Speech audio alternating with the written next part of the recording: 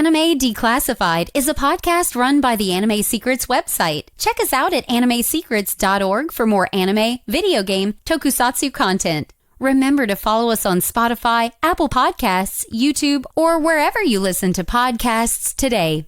Hey guys, Joshua Seth here, voice of Ty on Digimon, and you're listening to Anime Declassified. Alright, and welcome back to another episode of Anime Declassified hosted by animesecrets.org. And I am your host, Rizwan Merchant, and I am joined by none other than... Hi. I'm Frankie. How's it going? And that's my dog. Your dog is excited for Dragon Ball Daima, is it not? Apparently! Yeah.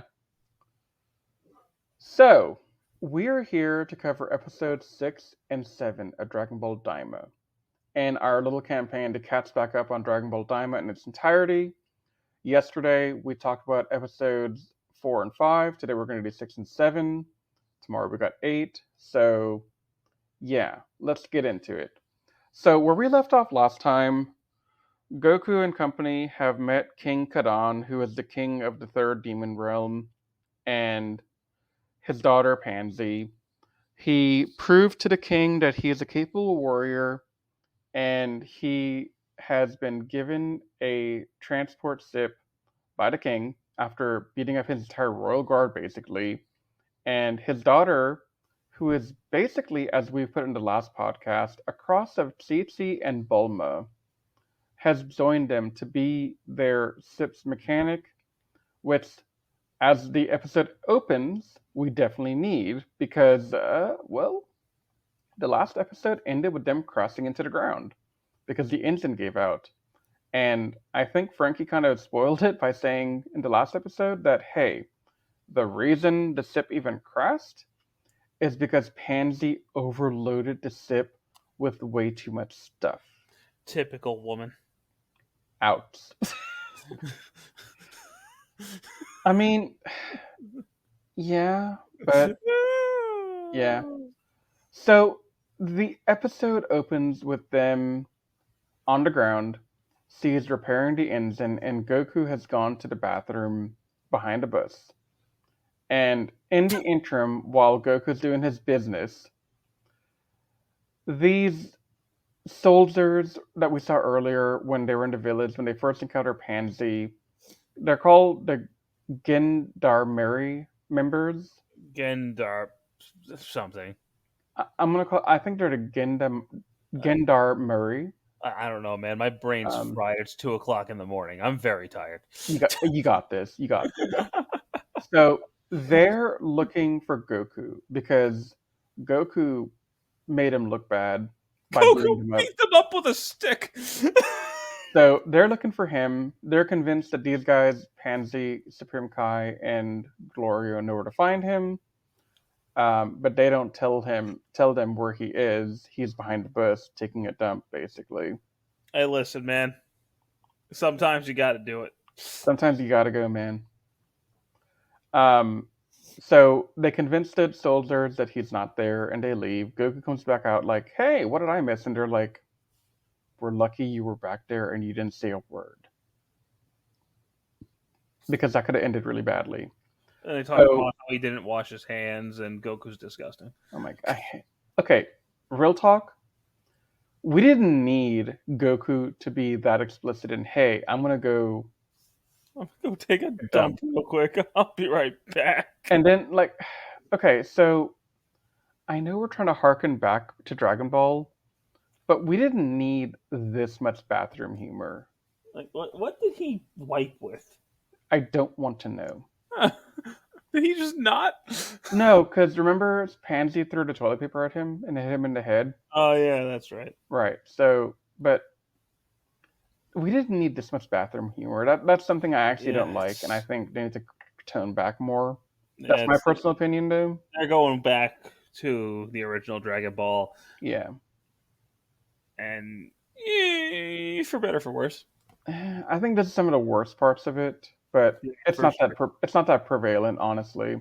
She fixes the engine, and they take off, leaving behind some of their luggage, because They had to. There's too much luggage in there. They couldn't do it. There's no way to do it. So it turns out that Degasu and Dr. Arensu are siblings of his. Supreme Kai says this, who stayed in this demon world because they had stuff they wanted to do. They make camp, and it's shown here that Gloria is in contact with Dr. Arensu, who he works for. Yes? That's all. I just said yes. That's it. Okay. So they're in the camp. They're asleep. A Minotaur comes out of nowhere, intending to eat these guys. And Goku and Gloria are looking at this thing like, well, we can each take him down, but Goku and Gloria are like trying to figure out who's stronger. So instead of fighting a Minotaur, Frankie, what do these two idiots decide to do? They decide to fight each other, and Goku's doing what Frieza did. He's like, "Hey, I'll only use one arm.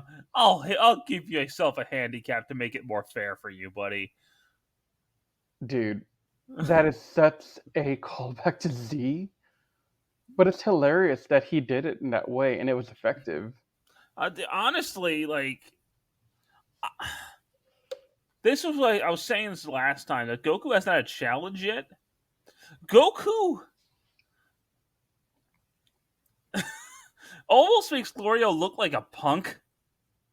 No, he does make Gloria look like a punk. There's no two ways about it. I'm sorry. Because once he goes Super Saiyan... And that's what I'm saying. Like, there is nobody yet, as of episode 6, that can even come close to making Goku break a sweat. Once Goku turned Super Saiyan, it was over. Oh yeah, this is the first time Goku turned Super Saiyan in the season, by the way. Second? Yeah, he did it against the Royal Guard in the last episode. Oh, you're right. For like a split second. It was like for one like wave or something. It wasn't even a big deal. Yeah, but no, here he does it fully, and he's like, "Hey, Gloria, I'm behind you now. F you." Dude, it was so funny. It was not even a fair fight. No, it's like there is no real challenge to Goku, even in a kid's body. And the Minotaur's all like, he's like Mr. Satan. He's like, "I got a stomach ache. Bye." Just leaves. Yeah. Minotaur is just frightened. He doesn't want to deal with Goku. I wouldn't either. I don't want those hands. No. Those hands are rated for E for everyone. He's just like Jiren. You know, you're right. Could you imagine Jiren in this? He would just rip that demon realm to shreds. I mean, I think Goku is going to do the same thing by the end of this. I mean, but Jiren, though. Jiren's so busted. He really is. Compared to all these people. I just love the fact that the Minotaur says at the end, you know, I forgot I'm not actually hungry. I had a big breakfast or something. Because he knew he was going to die. He just knew. And Glorio, honestly, Glorio, I think, was happy to know how powerful Goku was. Because he can relay that back, right? Oh, yeah. Yeah. So, to kind of recap the other part of last episode, the King Kadon sent his guy, Hybis, over to find Vegeta, Piccolo, and Bulma. And Bulma has just now finished repairs of the Supreme Kai spaceship. Mind you, this is the first time we have gone back to Earth to check on these guys since episode 2. Yeah. They haven't been around. They haven't done anything for 3 or 4 episodes at this point. It's been a while. Yeah. So they get in the ship. Kibito decides to stick around and not go. So Vegeta, Piccolo, and Bulma go, only for the spaceship to not really go anywhere, and it crashes after going a few feet off the ground. Yay! Of course! And that's where this episode ends. And I'm going to start off, Frankie, by saying I actually like this episode a lot, because Goku is at least hitting Super Saiyan, meaning that he found Gloria to be at least a little challenge, not a threat, but still enough of a thing to be okay. You got to think still. Goku still has 2 transformations after this. Oh my god, I don't want him to hit 3. I'm just saying, he's still got 2 and he's got 3 he could tap into. Can you imagine Goku as a kid in Super Saiyan 3? I feel like it's going to happen. I don't know. I kind of hope they don't go past 2, or if they do go past if they do go past 3, that he somehow refined 3 to be useful. We'll see. We'll see. But that would. Sparking Zero will probably spoil a lot of this because Daima's going to be DLC for Sparking Zero. Oh, cool. Yeah. Well, that's good. So, moving on to episode 7. Episode opens with Bulma realizing, yo, this spaceship needs fuel that's only really found in the demon realm. So, they don't really have a way to leave the Earth to go to demon realm because they have no fuel. Until your best friend shows up. Until my best friend shows up, and I'm so happy to see Hybus here. I'm not, when he landed, the ship he landed and reminded me a lot of the ship that Krillin, Gohan, and Bulma took to Namek. It did. I was kind of wondering about that myself. Looked a lot like it, and I was like, oh, okay. But I mean, it kind of makes sense, If Frankie. Namekians are originally from the demon realm, Yeah, that would make sense. They got the style from somewhere. So Hybus appears, tells him he's here to take him to demon realm, and Vegeta, Piccolo, and Bulma get in the ship. Kibito stays behind to look after the lookout, which I think was a silly move on their part. Kibito should have gone. Yeah, Kibito has never been useful. But still, he should have gone. It's okay. It's okay. We got Supreme Kai. We don't need him. Well, I mean, the thing is, Kibito has been delegated to just being Bulma's secretary in building the parts that she needed to fix the ship. Hasn't he always just been a secretary? Yeah, but this is his chance to grow. That's never going to happen. You can hope. You can hope. I guess Rizwan's a Kibito stan, and I never knew it. I'm not a Kibito stan. I'm just a stan of, hey, I want more characterization. I want something new to happen. I want something more to happen. That's about it. Not with Kibito. Yeah. He's just delegated to Supreme Kai secretary. Yeah. So, anyway, back on Demon Realm. Goku's group has been found by the soldiers again. And, well, they actually detain Pansy, Supreme Kai, and Gloria. I was about to say Gloria's name wrong in Goku style, but I knew I was wrong about that. And then they're just like, you know what? We're gonna beat you guys up. Yeah. But the three tell Goku to, hey, hide, don't come out. And Pansy doesn't know how Goku will hide. And as they enter the ship, Goku instant transmissions out of the ship to avoid being found. See, initially I thought Supreme Kai was going to do some weird magic to make him invincible. I didn't even think instant transmission. Same. I thought that he was going to make him invisible or something, that he couldn't find him. Nope. You're going to have to censor yourself, buddy. Yeah, I know. I caught myself. And then just, no, instant transmission. I was like, oh, he can still do that. Okay. Yeah. I mean, I guess you could still go Super Saiyan. He could have, but what's the point? He'd have to fight them, and they didn't understand how the collar thing worked yet. So, the guards suspect that Pansy is the one who did all the destruction, which he was in the previous episode with the village. Now, something that's about to happen here. Yes. As a big complaint I've had with Daima so far, because Supreme Kai immediately realizes what the collar is made of and just instantly destroys it. Okay. I think Daima has too many easy, quick, convenient fixes. It does. I didn't like that. I wanted there to be something more interesting for it. Yeah, because I think is it later in this episode or the next episode? I don't remember which. There's another one. where they need a pin code, and Pansy immediately gets them one within like a minute. Oh, that's in this episode, I think. It's just there's too many easy, quick, convenient. Oh, look, here you go. I got this. And this is something we'll hit on a lot more in our next podcast because I have a lot of thoughts about this going forward. I really do. I don't know. I don't understand how we're going to make this at all a challenge for the team, especially now that Vegeta and Piccolo are on the way to help. Given how the way the next episode ends, I think I know where the challenge is coming from. I think I do too, but we'll get there later. So they end up where the Kanagami is. Yep. And Goku's like, "Hey, I'm gonna fight you," and he's like, "All right."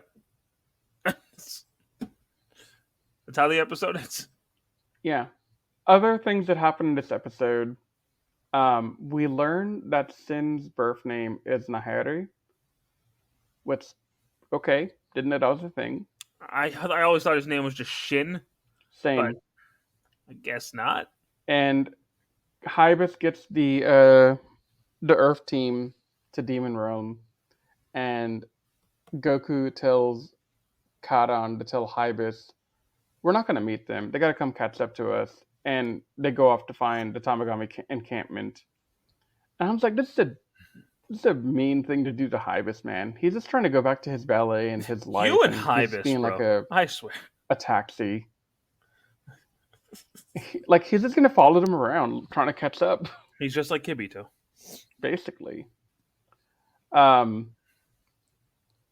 Yeah, so This one was okay. it was. I wasn't a big fan of these two episodes, to be honest with you. I mean, 6 was all right, but this one is just it just No, stopped.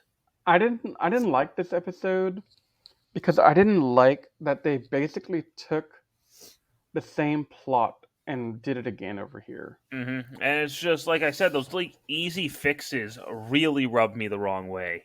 Yeah, it's a problem, and I don't know how you'd go about fixing this type of thing.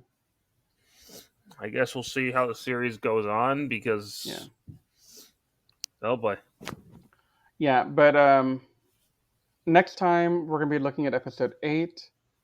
I'm actually kind of excited for episode 8 because at this point we're finally getting to something with some meat and substance. We're gonna have Goku fight a Tamagami, and we're gonna see how strong they really are, and that'll set the stage, I think, for how the rest of the season will go. Yeah. So, Frankie, any closing thoughts before we move on? Prepare for a boss battle next time. Dun dun dun. But we are Frankie and Rizwan, part of Anime Declassified, hosted by AnimeSecrets.org. And we will see you guys next time for Dragon Ball Daima Episode 8. But until then, you guys stay safe, and we'll see you later.